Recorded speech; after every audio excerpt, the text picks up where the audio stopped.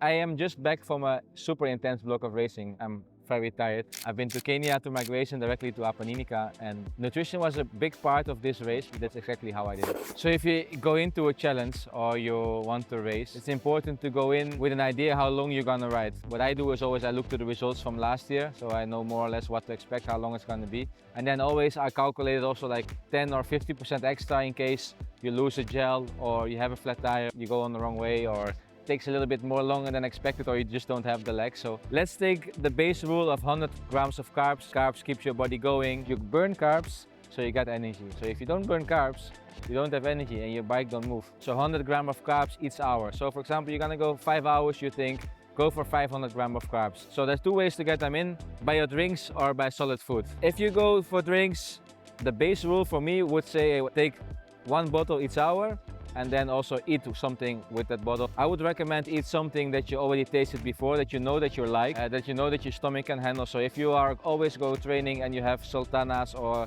your crackers or a banana or whatever you use, if it works for you, it works for you. If you can handle it during training, it won't be a problem during races. So test some different foods that work for you on training and then make a good plan. And if it works, don't change it. Food that tastes good for you, something that you like to eat, to make it a bit more easy, because if you start to struggle a lot, you suffer a lot, the last thing you want to do is eat a gel or a bar that you don't like. So then another tip to use the first half of the race, I go for solid food.